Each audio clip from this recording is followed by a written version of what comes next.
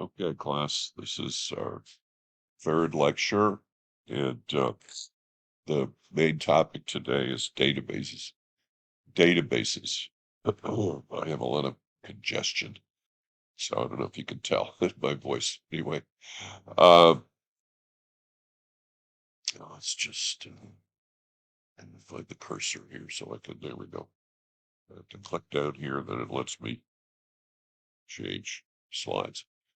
So I'm just going to review a few things from the second lecture.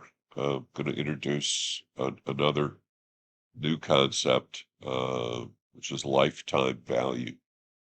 A very important concept for direct marketing. Then going to talk about databases.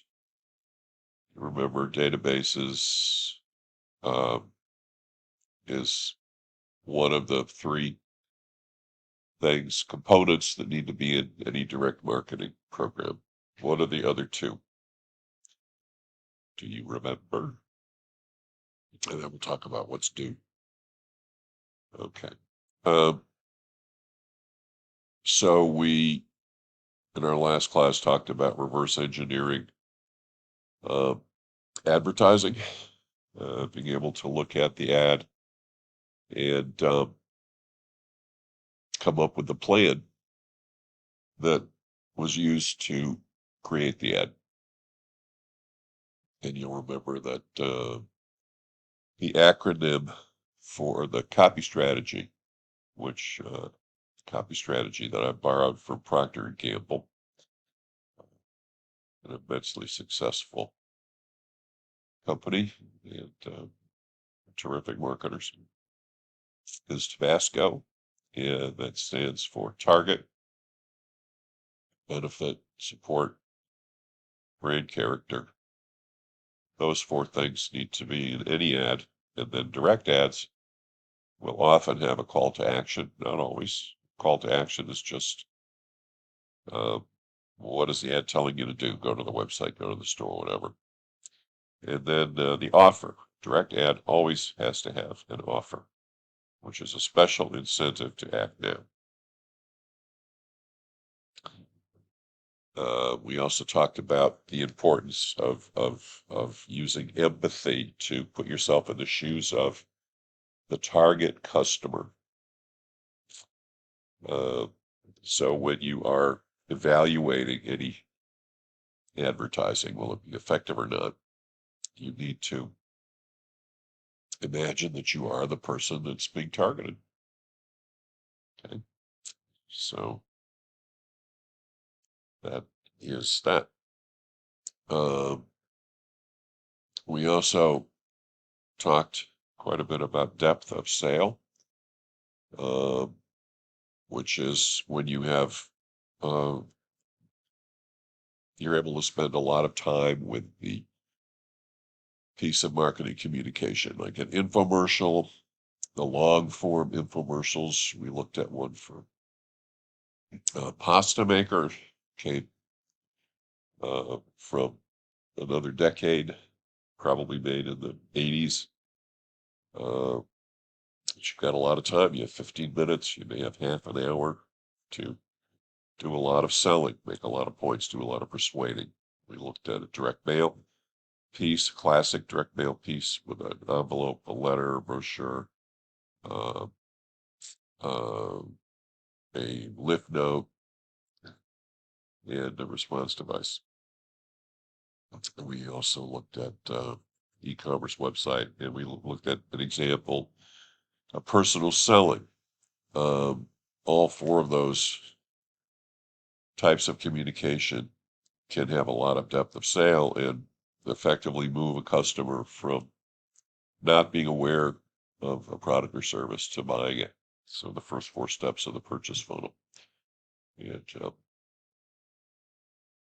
this is a slide that shows the parts of a classic direct mail package. And you are going to be in teams designing one of these as your first team project. So, okay, just a little bit of review. We have talked about our MVC, our most valuable customers. People who spend the most, they're the most loyal. They don't complain. And we want to look in our database and find those people and find out everything we can about them, because they're going to be that profile, demographic and psychographics. That's going to be our target for our new customer acquisition efforts. Now, so the new concept I do want to introduce here is lifetime value. So in direct marketing, we don't just look at um, an initial transaction. I ran this ad campaign, I had this many orders. Well, that's all fine and good, but what we really want to know is, did our ad campaign attract people who are likely to have a high lifetime value? Meaning, are they going to buy from us again and again and again? Are they going to be loyal? And this picture is a little deceptive because, yes, it shows someone from the womb to tomb, if you will. But the real equation for lifetime value is much more conservative. Doesn't look at 30 years or 40 years of someone's life. It looks at 3 years. So the equation for lifetime value, LTV, is profit per customer per year times 3 years. And then we take the net present value of the future years 2 and 3, recognizing that money in the future is worth less than money today. Um, yeah, net present value. So this is a financial term. This is not just a marketing term, net present value, NPV. It is very important in business, in financial analyses, and in investment decision making. So the idea is that if I invest in let's say a factory or a new piece of equipment or something today, uh, well, how much am I going to make on my investment over time? And I have another option with my money. I could put it in a bank account and earn interest on my money. So which am I better off doing? Getting an almost guaranteed rate of return in a bank account, or investing in this new piece of equipment? And to make that decision, I use this concept of net present value to discount the money I'll get in the future. I know this is complicated. It's always been one of the hardest things I teach at FIT, and I don't know how many other teachers even get into net present value, but I think it's important for you guys to start to have an understanding of this concept. Says it depends on the discount rate. The discount rate is the interest rate. So when you read discount rate, you can also just read interest rate. Um, okay. Why do we earn? So we're going to talk a little bit about financial matters here in business finance. Why do we earn interest on our money? So, do you know that when you invest money, say in a bank account, and you will make a little bit of interest on your money, they'll pay you to keep your money there. In essence, why do they pay you if you put your money in a bank? Why do they give you interest? Because banks use the money deposited in savings accounts to lend to borrowers who pay interest on their loans. So if I don't have the cash in the business to finance the new piece of equipment, I can borrow the cash.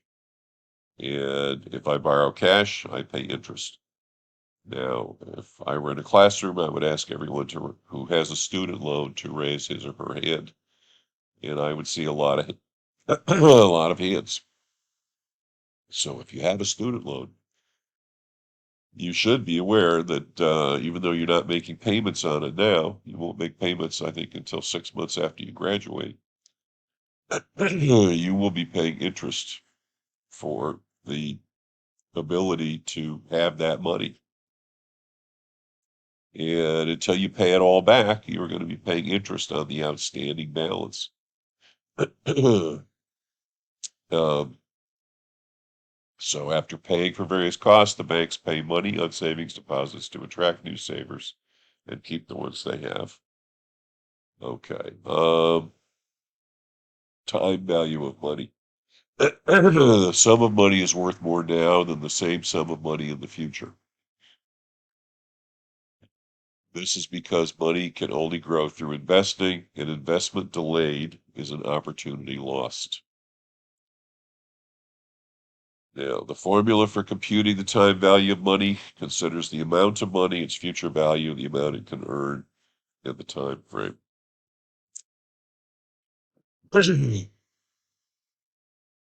Okay, this is a link to a website where, let's see if it'll work, where we can look at the time value of money.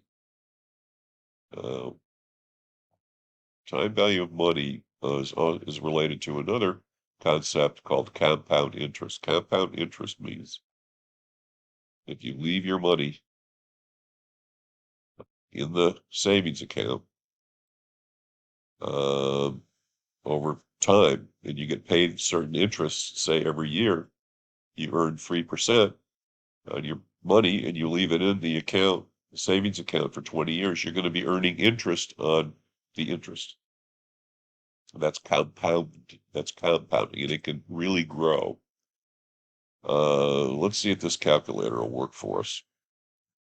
Let's say you put $10,000 in the bank account. I'm not going to do a monthly contribution right now. And let's say you leave it in there for, you see, you guys are, what are you, about 19 or so. So you're retiring in 46 years. Let's say you leave it in there till you're 65. That's 46 years. Estimated interest rate. Interest rates are generally pretty low right now. That's the topic of a whole other lecture, if not a whole other course. I'm going to put in a 5% interest rate. So I'm earning the bank's paying me 5% a year to keep my money there. Now let's see how much, if I put $10,000 in a bank and I leave it alone, I forget about it for 46 years, and it makes 5% a year, how much will I have? And I've only put in the 10,000. I don't put in any more money. How much will I have at the end of that time? Okay.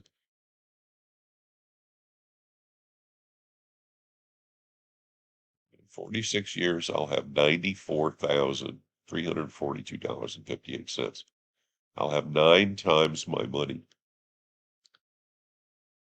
So this line, here are the years, here's the amounts of money. And this is the uh this is the $10,000. It never changes, it just sits there. But here's the interest I'm earning. Oh my gosh, look at this. And there's the future value. So the future value of $10,000,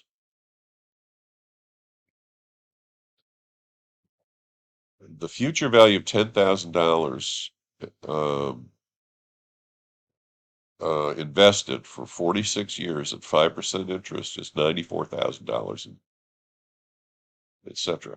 What's the present value, the net present value of $94,342.58